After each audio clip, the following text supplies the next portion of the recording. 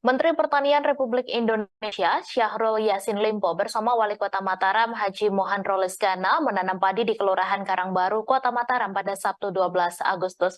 Momen tersebut merupakan bagian dari kunjungan kerja Syahrul Yassin dalam mengantisipasi dampak El Nino di Nusa Tenggara Barat.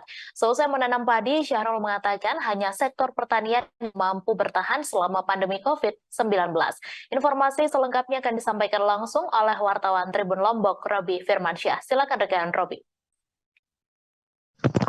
Terima kasih rekan Mei dan juga Tribuners. Pada Sabtu siang kemarin, Menteri Pertanian Republik Indonesia Syahrul Yassin Limpo mengunjungi Kota Mataram.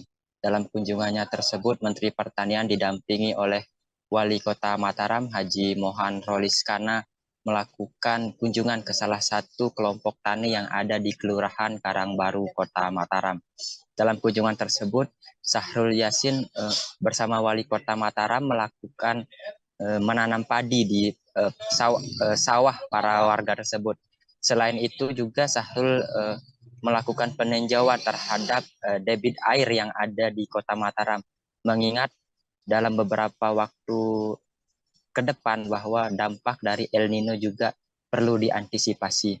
Selain itu juga Syahrul mengatakan bahwa Nusa Tenggara Barat sebagai lumbung padi nasional perlu diperhatikan mengingat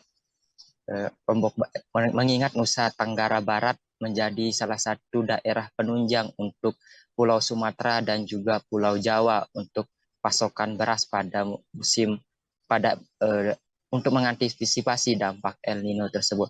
Selain melakukan kunjungan kerja dan juga menanam padi, Syahrul Yassin juga memberikan bantuan berupa bibit padi dan juga mesin untuk panen padi pada kelompok tani tersebut. Kemudian Syahrul Yassin didampingi oleh Dirjen Pertanian juga mengajarkan warga untuk membuat pestisida alami dari bahan alami. Terlihat antusias warga begitu semangat untuk belajar bagaimana membuat pestisida alami. Ada momen menarik dalam membuat pestisida tersebut, warga yang bisa mencapai target apa yang disampaikan oleh Syahrul Yassin memberikan uang senilai $100 untuk salah satu warga yang mencapai target membuat pestisida tersebut. Terima kasih rekan Mei dan juga Tribuners, saya kembalikan ke studio.